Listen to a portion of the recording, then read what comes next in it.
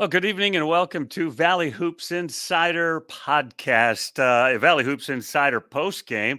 I'm Harry Schroeder, editor of the site valleyhoopsinsider.com. Glad you're with us tonight as we continue to experiment with doing postgame shows here on busy nights related to the Valley Hoops, Missouri Valley and Ohio Valley Conference games on those game days and game nights. Tonight, Paul Oren of the Northwest Indiana Times should be joining us in just a bit as we discuss today's activities and the activities of the last couple of days in the Missouri Valley Conference and maybe the Ohio Valley Conference as well.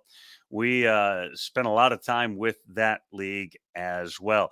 Now, we advertised to a lot of people we're going to be on at 9 o'clock, and that's when we'll really tackle it. But we're getting rolling now so that we can maybe work out some of the kinks, some of the struggles with my technological inabilities. So, anyway, we're glad you're with us really right here on Valley Hoops Insider Postgame. Going to be a fun opportunity for us to ponder different things and try to expand our reach to different people.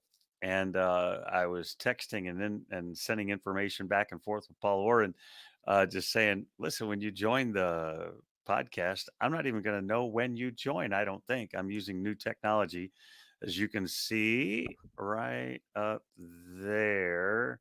We're using something called StreamYard to see if we can expand our reach and our ability to reach some people in a different kind of technological way. So anyway, that's what we'll be doing uh, tonight, and then we're going to be announcing something a little bit more permanent as we get down the line. So anyway, about 14 minutes, 13 minutes from now is when we're actually going to launch the podcast for people to know. That's what we advertised on Twitter and different places saying, hey, you can find it at 9 o'clock. But obviously we launched it at 8:45. So no pressure for any of you to pop on or share. But hey, if you're interested in talking to us, feel free to jump on and send a comment. I don't know if I'll see it or not, but that's the other part of the technology. I believe we'll be able to see um, comments that you type in,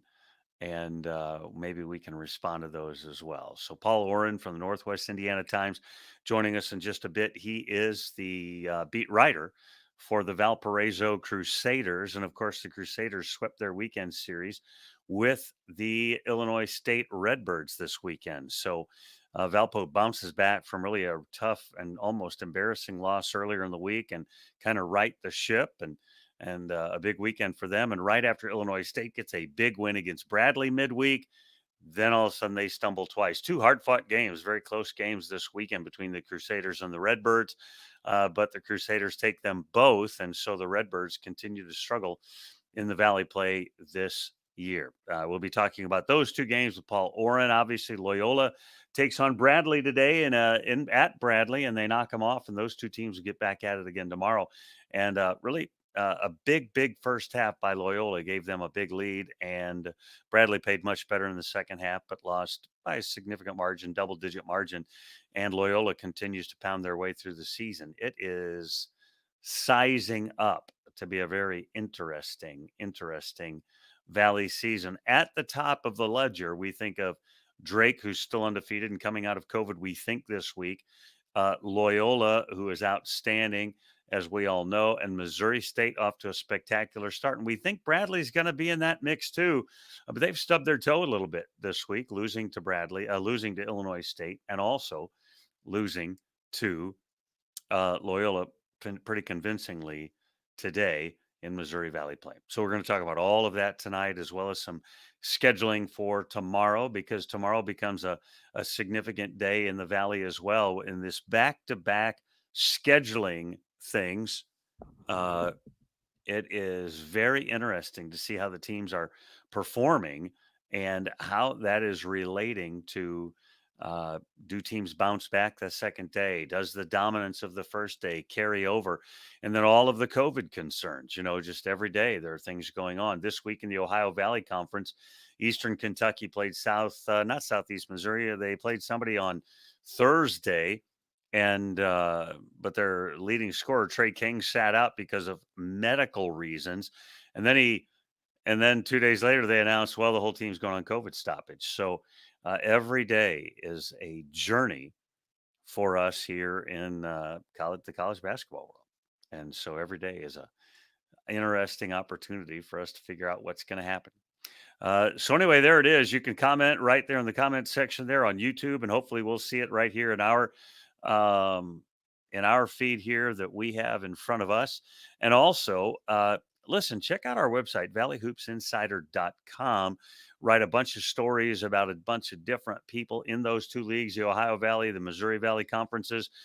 We do weekly updates in terms of the stars of the week. We do one-on-one interviews and put out podcasts at Valley Hoops Insider podcasts, and also we bring to you content related to trends in the league and those kinds of things. And so, if there is anything like that, we're having it for you. He says, "It's is it a problem if I'm not on right at 9?" Ha!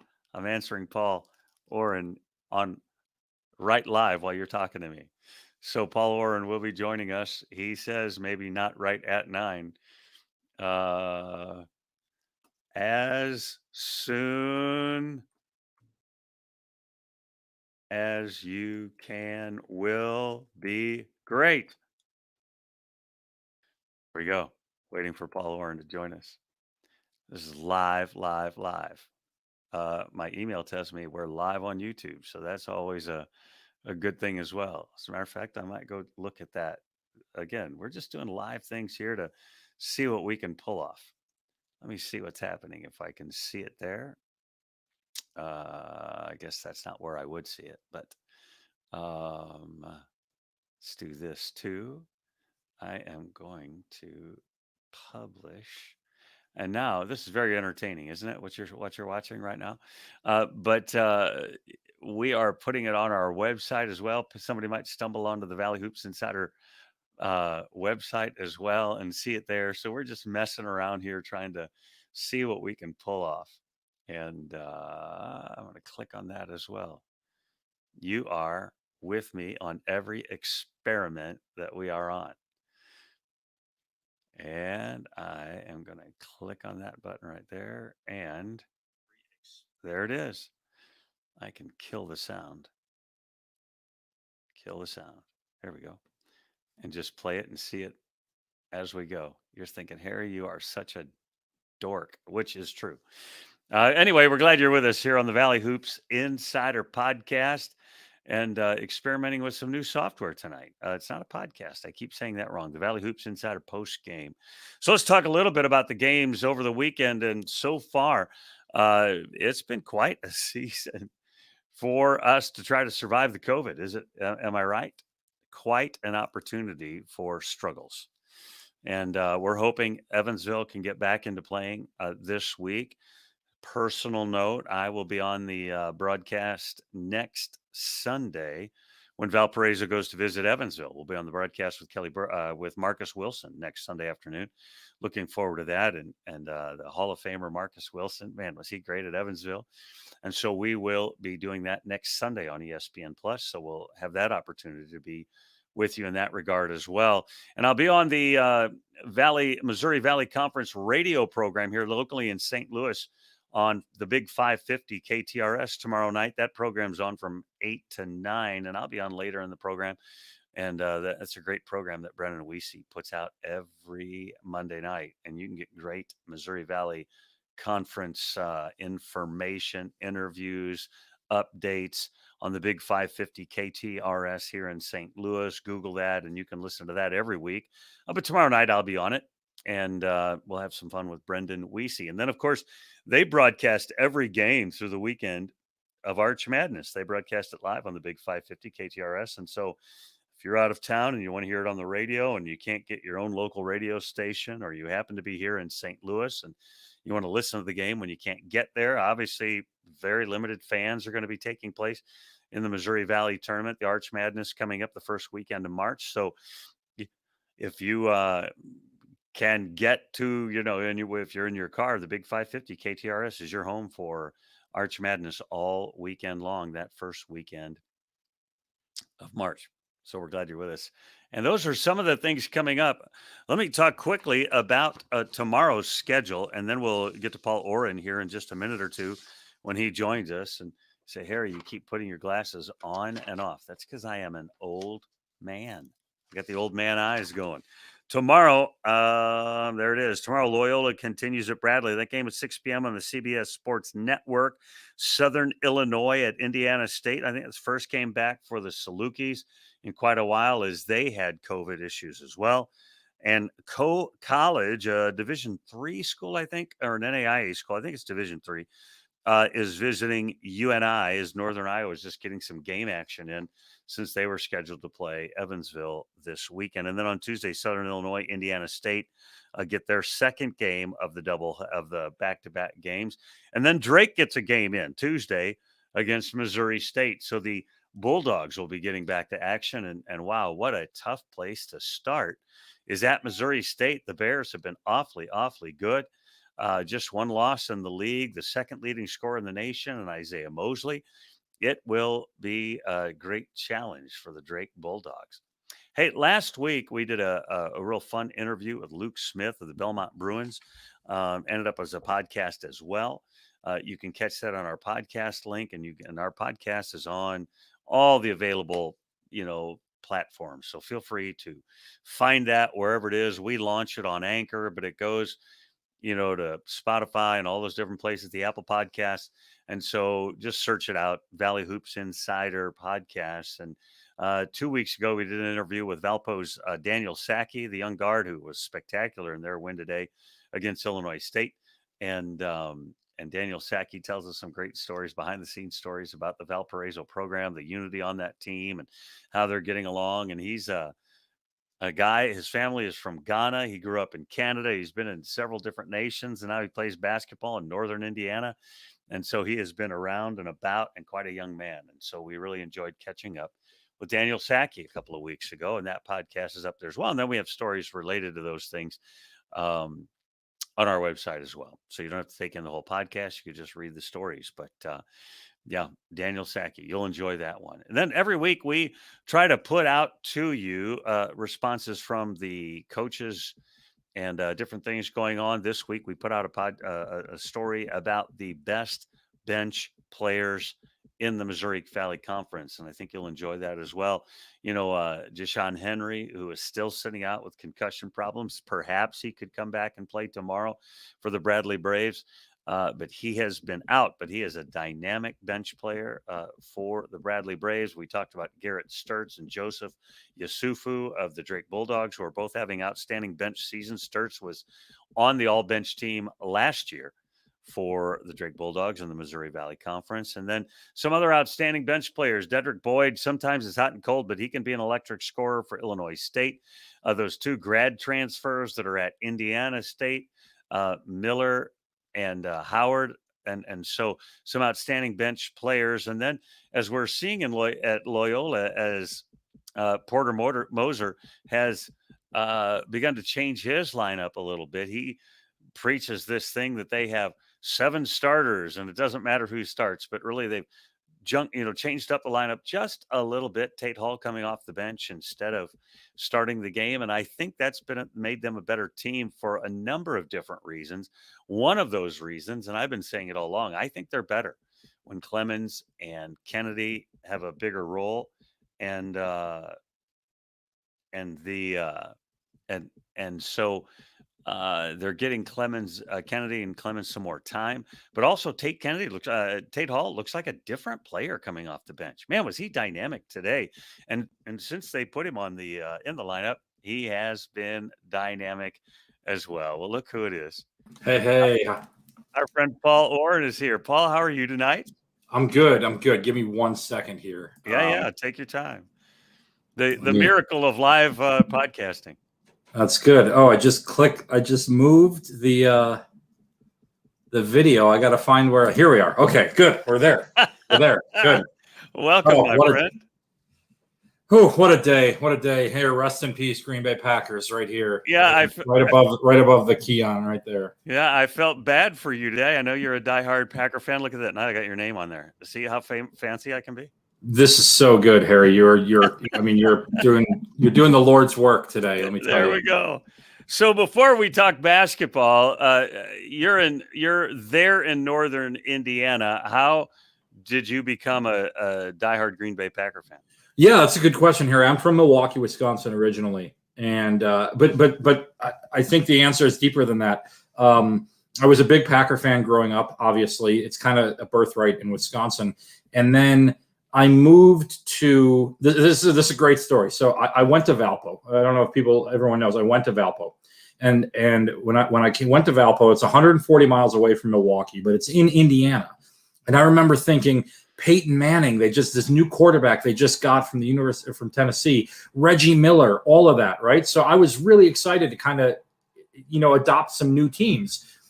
I get to Valpo the first day of school or move-in day, and the guy, the RA, comes out. And he's wearing a Bears jersey, and he says, "Hey, I want to help you move in." I said, "No. You're not. No Bears fan is going to help me. I don't need it." So what I did, Harry, is I've got all of my belongings right there in the back of my car waiting to move into my dorm. I rooted through my suitcase and I pulled out a Brett Favre jersey and I put it on, because if that guy was going to throw up a sign, I was going to throw up a sign. And I embraced being a Packer fan even more living here in Bear Country. I mean, it's Indiana. They should be Colts fans, but they all love the Bears around here. It's maddening to me. So well, the Colts didn't start there. See, you're right. You're right. Best story that I ever wrote. My favorite story, and I know you'll appreciate this, is when the Bears and Colts played each other in the Super Bowl. I went to Monon, Indiana, which is the exact midpoint between Chicago and Indianapolis. Using spherical trigonometry, it's the exact midpoint, and that is where I went to find out, are they Bears fans or Colts fans? And they're both. Oh, there you go. Yeah. Your face is frozen, but we're still seeing you. Oh, good. You're not frozen anymore. Well, you were frozen for a bit. I just kept on talking because the show must go on. So that's exactly right. Well, and so there are fans in both places, and that's the way it is in Illinois, in southern Illinois, mid Illinois, between the Cardinals and the Cubs. There's that same kind of thing that goes on as well. Paul, for people that are just joining us here on YouTube and on our website and on this program, tell us about you. Tell us about Northwest Indiana Times, your podcast. And, I know you very well, know a lot of your story, but I want the people that are watching for the first time tonight to know a little bit about you. Yeah, well, again, as I said, I went to Valpo and I did a lot of theater and I did a lot of sports journalism. And I always just wanted to keep covering games. And if I got paid for it, great. It's just such a fun job that we do. And I have no athletic ability whatsoever, but I do like to tell stories, and I love history, and I've always loved kind of taking what's going on now and kind of looking at how it makes sense to where we were before in life. And I think if we know where we've been, we might know where we're going, and I think that helps a lot with basketball, right? And so I love telling stories, and sometimes they're fun stories about a run to the championship game in Arch Madness, or sometimes they're stories about 5-game losing streaks and COVID protocols. And so I think it's been hard to find some silver linings, and not just about the on-court wins and losses for teams this year, but every day feels like a trial, and sometimes I wonder, does this little bouncing basketball, this thing that we love here, does this mean a lot to us, or is it the escape? And if I can provide, the first responders and the doctors and the lawyers and all those people, teachers, if I can provide them a little bit of fun with their morning coffee when they read the stories that we write, then I've done my job. There you go. This week, CBS Sportsline, their website, and it was probably Matt Norlander, wrote a story saying, hey, we shouldn't have any conference tournaments. It's just going to multiply the problem. And as much as I hate that sentiment, I can understand that logic. Your thoughts?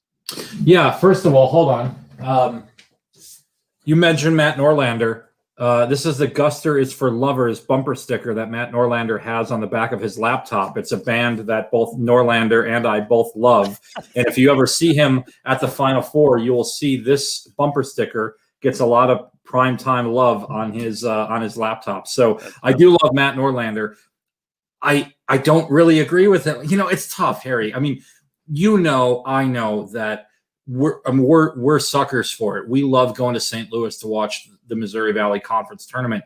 And I think more so than anything, I can't wait to go back because, Harry, that was the last time life felt normal, I think. No, that's right. Was in St. Louis. Like, life hasn't felt normal since then.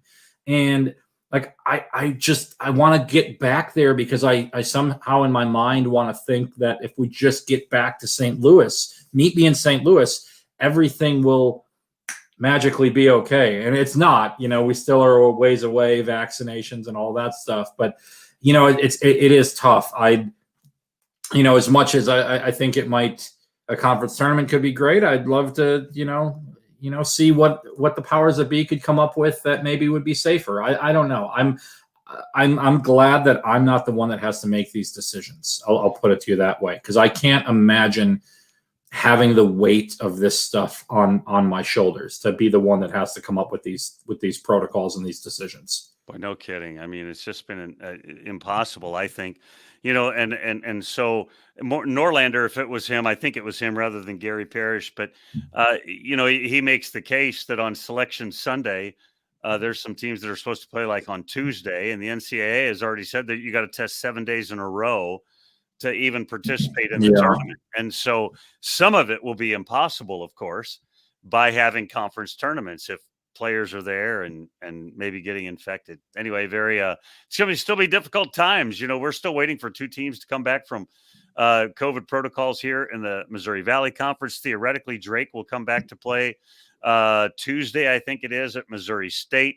Evansville next weekend against your Crusaders. And I call them yours because you write about them. Yeah. Harry, can I make a quick point, though, that I think needs to be made? Sure. It's when Matt Norlander and Gary Parrish and Dana O'Neill, when they say things like this, or Brooke Weisbrod, who works for ESPN, who calls some games, when they say things like this, they're getting criticized by a lot of people by saying they're fear mongering and things like that.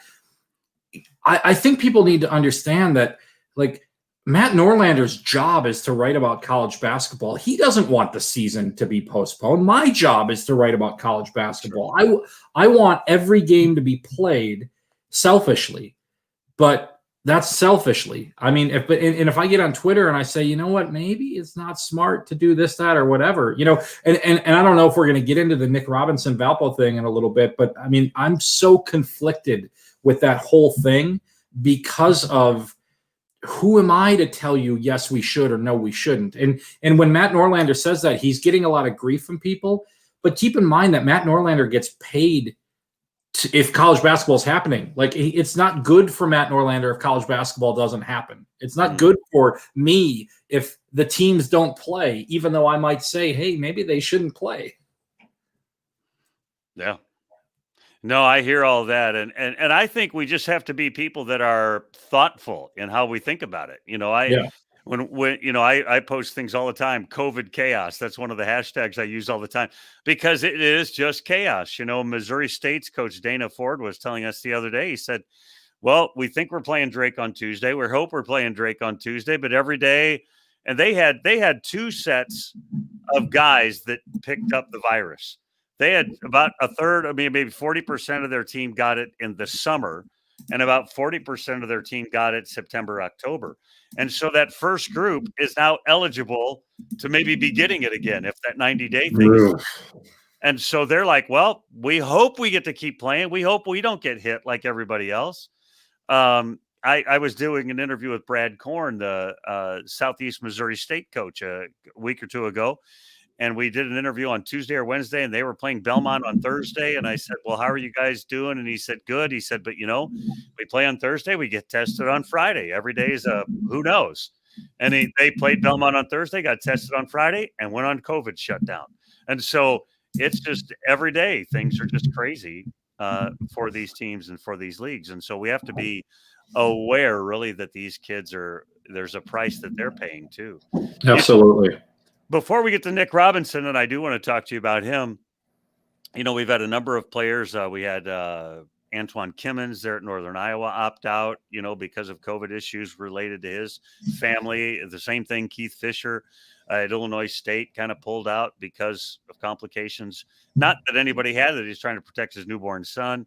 The stories are endless of different players in different situations. And I don't know how, at a distance, or even if I know them well, why my opinion would matter about what they do.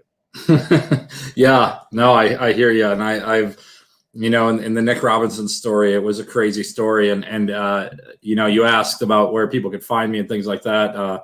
I have a podcast called Union Street Hoops. And tomorrow I'm going to record an episode called The Story Behind the Story, which I will maybe share a little bit about what, some of the details about how all that came about. And maybe some of my personal thoughts on it a little bit. And I'll say right now is, man, what a tough spot for both sides. Right. And I don't know, if a player obviously doesn't feel comfortable playing, I then don't play. And that's fine. I don't think any, and actually Matt Loddick said this, doesn't think any less of anyone who wouldn't play. I'm sure Ben Jacobson not only doesn't think less of Antoine Kimmons, probably is supportive of him, and Keith Fisher at Illinois State. I mean, God, and here's the thing is that Matt Loddick said this the other day. Are we a better basketball team with Nick Robinson? Of course we are. Does this hurt our team? Of course it does.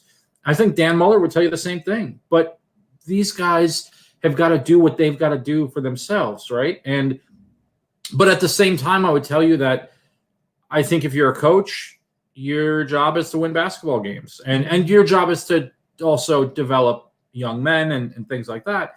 And but you got to go out there and you got to play. You got to roll the ball at the center of the court and say, okay, who are my five guys? And you got to have some consistency with that. And so I see both sides. I see a tough spot for a player who says, do I really want to take this risk if I don't have to? And then I also understand the coach saying, hey, look, if you want to sit out this game and play this game, like, we can't have that. I get it. I really do.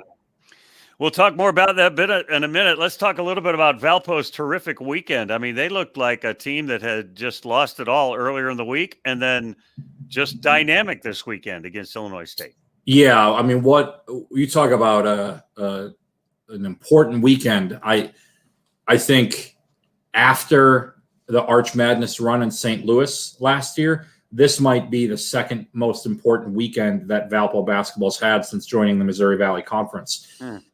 Harry, it was really hard.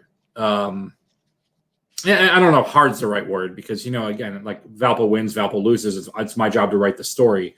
But watching the team after the Loyola game and just watching their body language on the court, on the bench, it was a disaster for Valpo. I mean, I spent the last 6 minutes of that game researching the worst loss since when, the least amount of points since when, the biggest home loss since then.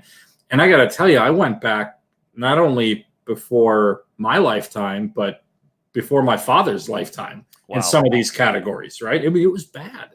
And so then the question is, okay, you're going to go on the road, albeit to a team that has had as equally amount of struggles as Valpo's had. Illinois State is tough. Obviously losing Keith Fisher, they're just a young team. I like Dan Muller. I think he's got a lot of young talent on that team. I think DJ Horn is an excellent player.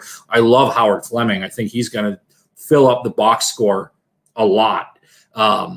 But this was maybe the right opponent at the right time for Valpo, right? To go on the road to a team that Valpo's had some success against. And the manner in which they did it, Saturday's win was Donovan Clay and Aaron Gordon. Donovan Clay playing maybe his best or second best game of the season, arguably looking like the all-conference player that everyone thought that he was going to be this year. Well, Paul, hold on. he got his haircut. It's the same. It's the same MO as last year. He was you're right. struggling a little bit, cut the hair, bang, basketball. You're right. Well, I got to cut mine. Maybe I'll perform better. I'll write better, I guess. But Aaron Gordon has been maybe the one consistent piece that Valpo's had their first couple games in conference. He's playing like a senior. And then on the flip side of that, Ben Krikke played his worst game of the year yesterday. So what does he do? He comes out and he puts 25 and 15 on Illinois State today. And Daniel Sacchi, 16 assists and 4 turnovers in the weekend. I asked him afterward, what was it? What did this weekend mean? And he said it was huge, a huge 48 hours for the program, for the team. He said we needed this. And then he went on to say that against Loyola, they were embarrassed. It was a devastating game. And they were locked in practice. They were locked in from the jump. And he said our performance spoke for itself. And when their backs are against the wall, this team has somehow figured out ways. It's the MO of this team, right? Last year, they would routinely erase 15, 16, 17-point deficits. They did one at Illinois State. This year, they haven't really been able to do that. They played tough at Vanderbilt. They played tough. They were up 11 at the half against Purdue. They play better on the road than they do at home, and I think you're seeing that a lot in college basketball this year. The home court advantage isn't there. But, Harry, this was the best possible outcome for Valpo. Obviously, a sweep. I mean, that sounds silly saying a sweep's the best outcome. But the manner in which they did it, they got contributions from a bunch of different people. At the end of the game, they had their freshmen on the floor. Connor Barrett, Sheldon Edwards made a pair of huge offensive rebounds. There's a lot to build on from this. And now they get Bradley. And they get a Bradley team who will be spitting fire when they get to the arc, right? This is a team that has a coach who perpetually plays the disrespect card. If there's 52 cards in the deck, they're all disrespected. Right, like he's always. I like Brian. I've been a big Brian Wardle fan since he was a player at Marquette, but he beats this drum of no one talks about Bradley. No one talks about Bradley. The Bradley fans feel the same way. Oh, we've been to the NCAA tournament twice in a row, and no one talks about it. Okay, so now they've gotten their heads beat in 2 games in a row, and they're going to be angry. And I think they play tomorrow. I think they play Loyola tomorrow. So I imagine they're going to. I imagine they're going to be angry tomorrow. And they could be angrier when they come here on Thursday.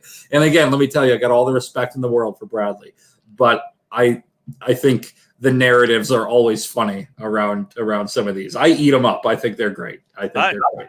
The drama of the theater is always. You said you took theater things there. Oh, yeah, absolutely. Theater is so important. I want to talk about the last 2 days. Continue just for a minute there concerning Valpo. I was started the podcast, the post-game show before you jumped on, just trying to make sure I was actually on the air, and was talking a little bit about Daniel Sacchi. I did a interview with him, made a podcast out of an interview with him about 2 weeks ago. So impressed with just who he is as a guy and the way he goes about what he does. Well, I don't know. I don't know how much this will get me in trouble.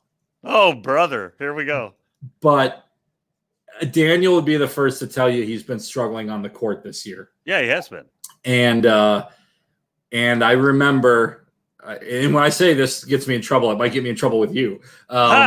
We were doing the Missouri Valley Conference teleconference the other day, and I asked Matt a bunch of questions that their backs were against the wall. They weren't doing well. It was kind of a somber-ish, line of questioning or whatever. And then you, what I love about you is you're always so positive, right? And so the sky could be falling around and you would find the crack of the sun in the sky falling. And so you hop on and you said, Daniel Sacchi is such a, and I was like, man, he's asking about Sacchi, who is playing the worst basketball of his career right now. It's not good. And I'm like, and I know that Daniel and Matt have had conversations, and I know that Daniel is he's just you're not wrong. He's a great guy. But I know that he's been down on himself too. And then you come in and you're asking these questions, and I see Matt. I can kind of read it in his eyes a little bit. He's like, oh, how do I spin this? I got to spin something good about Daniel here because we and again, Daniel will be the first person to tell you he's been struggling. So all that being said, so great to see him deliver these games. He took that Loyola loss, I think, harder than anybody else. And we talk about Nick, right, about opting out. Like Daniel was right there too. I mean, they've had long conversations with Daniel as well. I mean, and I think is from what I know, and I don't know all of it, but I think Daniel was quarantined alone in a dorm room on Christmas Day. And I think a lot of times, if that happens, you got to ask yourself, what am I doing? You know, what is maybe this just not the right year to do this? The on-court stuff's not going great.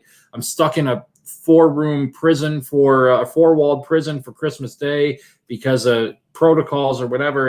And I got to tell you, to see the success that he's had over the last 48 hours, it's what this is all about, right? I mean, and you know, reporters aren't supposed to cheer for people and all that stuff, right? Fine.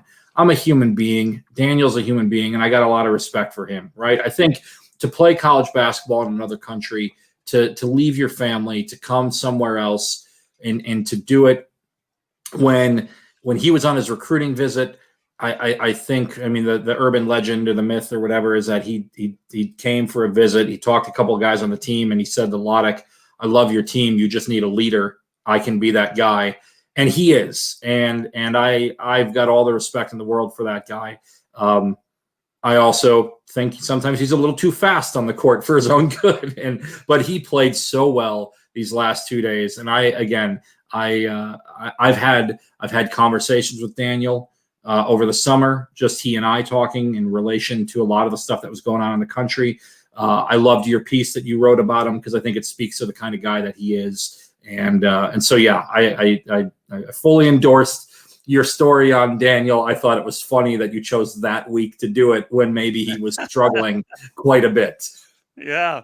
Well, I enjoyed, talking to him. We had a lot in common, so it was a lot of fun to do that as well. So a double-double is a cool thing, right? Yeah. And it doesn't happen every game. And on Saturday, Valpo gets two of them. Today, they get another one. And you mentioned those individual guys, Cricky and Clay, and I guess it was Gordon was the other one. And I think Aaron Gordon looks like the guy they thought they were getting a couple of years ago. I think he looks like him this year.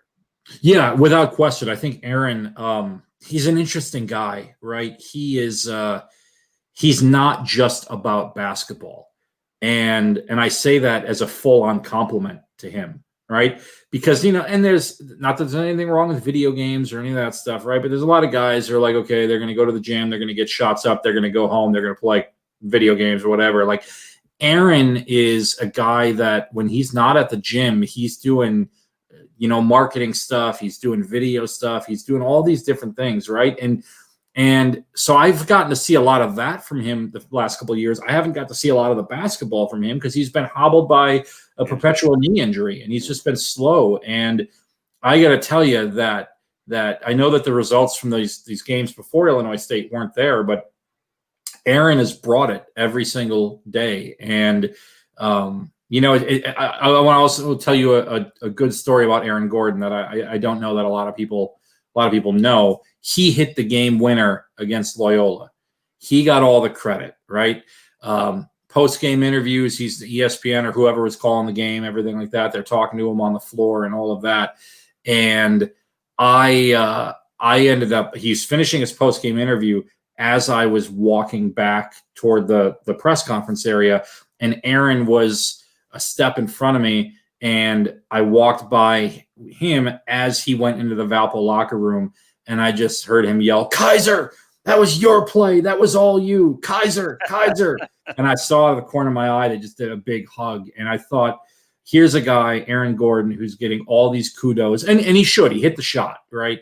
And the first thing he does when he gets in the locker room is make sure that he finds Kaiser and lets Kaiser know that was your play. You're the one who made that happen. And I just think that speaks. A lot of people point to discord around teams when they're losing and all of that, and that's just not the case with some of these guys that are on this Valpo team. They're very close with one another, and Aaron is a big part of that. And Matt Loddick said the other day, young guys look to senior leaders, and Aaron Gordon is a senior leader. Seki said the same thing to me several times in my conversation with him about team unity, team togetherness, those kinds of things on the Crusader team. And that speaks obviously volumes about Matt Loddick and the guys that he recruits, but the way he builds the team. And it hasn't always been like this under Matt Loddick, too. I mean, they the first couple of years, they brought in quick fixes, right? And I think that he did exactly what I would do if I was a first-time coach. I would look, oh, hey, look, we got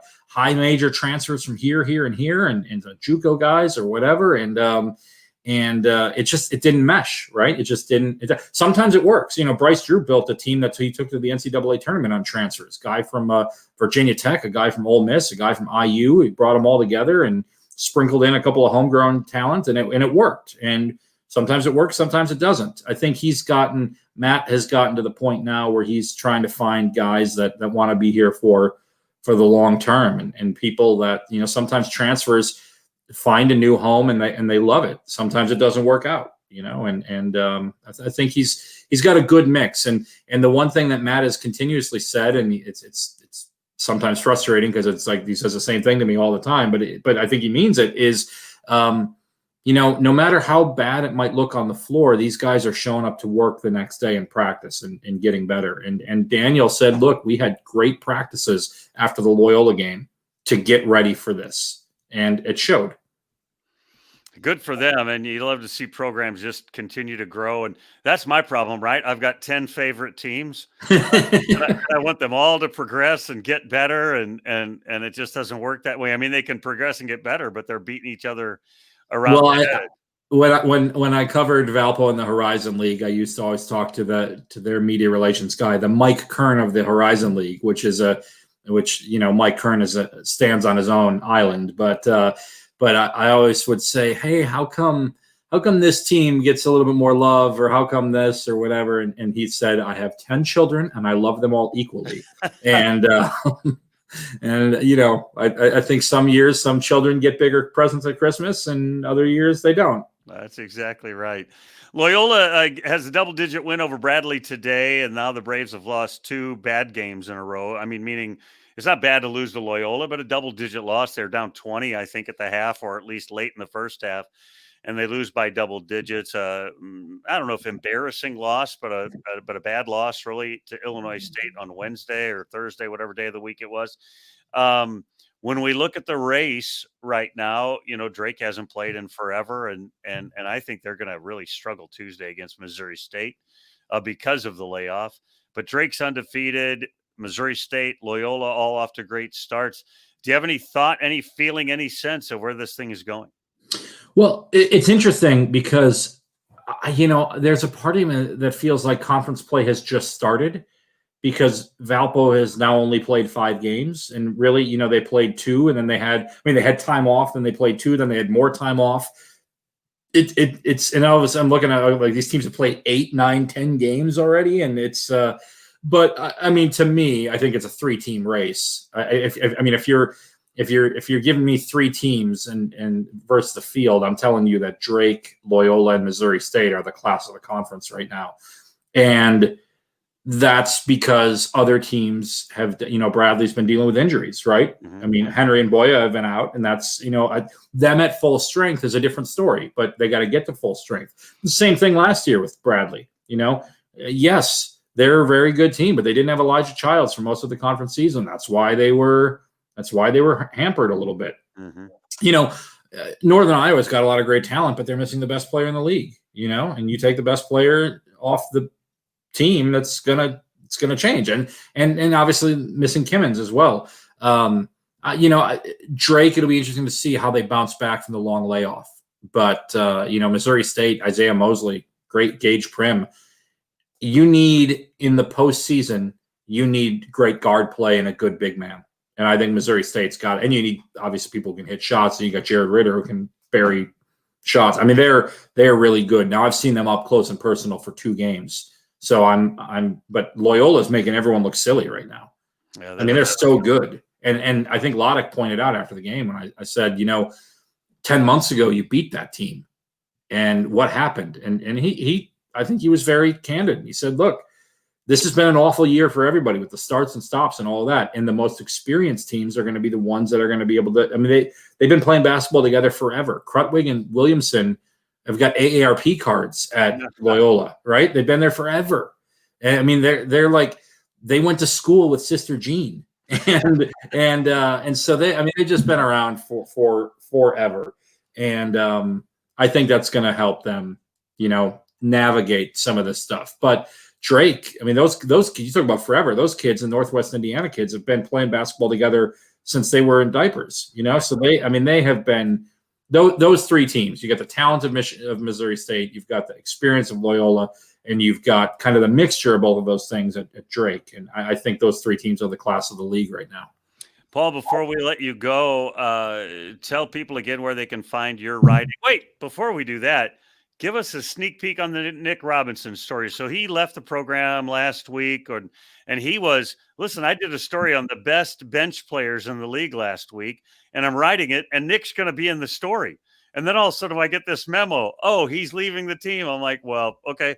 Well, it's really funny too, because I think he was about to no longer be a bench player. I think you might have seen, and again, we go back to Daniel a little bit. I think there might have been a possibility of, hey, let's put Nick in the starting lineup and let's take Daniel out. And because Daniel last year, when he came off the bench, turned a season around. I mean, Valpo doesn't get to the title game without Daniel Sackey in Arch Madness last year, and part of that was he started coming off the bench and kind of recalibrated himself. So I think you were about to see a move like that.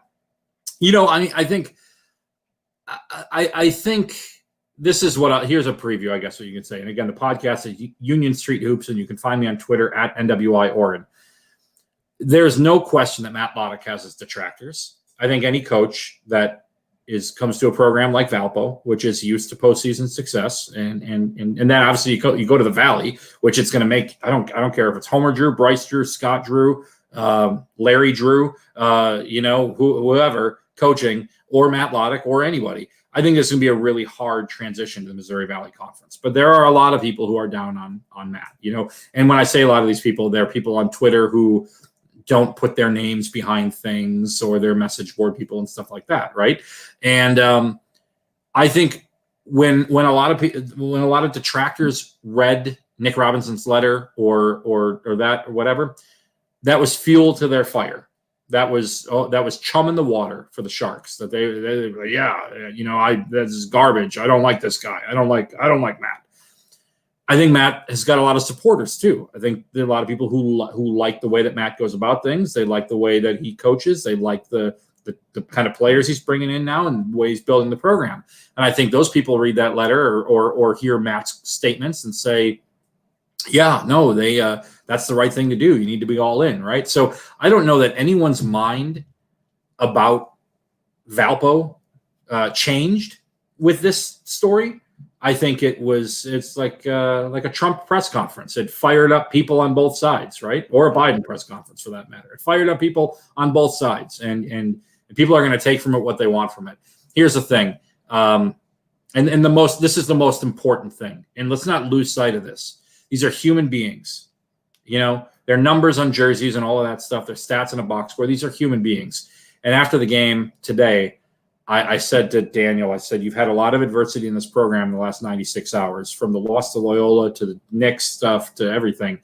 And after he talked about saying it's been a huge week for us and all that, he made a point. He said, as for Nick, he might not be on the team, but he's still one of us. He's still with us. He's still part of what we do. He's always going to be our brother. And that, look, I don't care if you're on the court, off court, whatever. That's what matters. That's what matters. Lifelong connections, relationships, and all that stuff. Like, players come and go, but they don't come and go for each other. They're with each other all the time. And while the roster numbers may change in 2 years from now, none of these guys may be here or whatever. I thought, actually, to tie it all back, I was listening to Aaron Rodgers after the game today, and he was talking about how gutted. He said he felt gutted. And it wasn't so much what happened on the field. He started talking about, we don't know what's going to happen to Aaron Jones or a couple other guys. And then he said, or myself for that matter. And I think that's something to pay attention to, right? Like it's hard. It's hard. They're human beings. And I think we can't lose sight of that fact. Absolutely right. Northwest Indiana Times, Paul Oren. You can get his work, and you should follow Paul Oren. He's a great follow on Twitter, and great stuff that you produce both in the paper and your podcast is really worth watching, listening to, and enjoying. This week, I get the opportunity to be on the Missouri Valley's radio program tomorrow night, the Big 550 KTRS here in St. Louis. You can stream that wherever you folks happen to be. And next Sunday, I get to be on the ESPN call of the Valpo game at Evansville. And I know you've been doing some radio for him, Paul. That's got to be fun for you as well. Well, that's how I got my start. That's, I said I did theater and then I did sports. I took my love of theater and performing and moved that over to sports at a young age. And then after I graduated college, before I got back into being a sports writer, I worked at a rock radio station in Milwaukee. I love radio. I love broadcasting. And normally they have students that call the games here at Valpo, and they've been all gone for break, right? And they're not coming and going like normal with COVID. So they said, "Hey, how'd you like to come out of retirement and dust off the old headset?" And I said, "Absolutely, let's do it. That would be a blast." And it was great. I actually did one of the games with Jamie Stangl, a women's basketball player from Valpo, back when I was a student, and she does a lot of the women's basketball games as well on ESPN3. And Jamie and I have known each other for 20 years, and it was such a blast, and really, really appreciated the opportunity to do that. So, I've got a face for print, but and a voice for I don't know, for writing as well. But that said, I enjoyed doing it. It was fun, and this was great too, Harry. I love doing this, and if Valpo ever sweeps back to back in a weekend again, I expect I'll be back on again soon. Listen, we appreciate your time. We should let you go and let people get off YouTube and quit hanging out with us. So appreciate your time. We're trying to do this on certain types, typically Sunday nights. We're calling it the Valley Hoops. Oh, wait, I'll be really creative. Watch this. This is live podcasting at its probably worst. The Valley Hoops Insider post game. See how that magically appeared? There you go. We're going to do that Sunday nights and try to just catch people up on what happened that day and the things that are taking place during the weekend. Paul, appreciate your time. My pleasure. My pleasure. Take care. Be good. You good. You too. You've been watching the Valley Hoops Insider post game. Remember, since you've been there, make it a better place. We'll see you again real soon.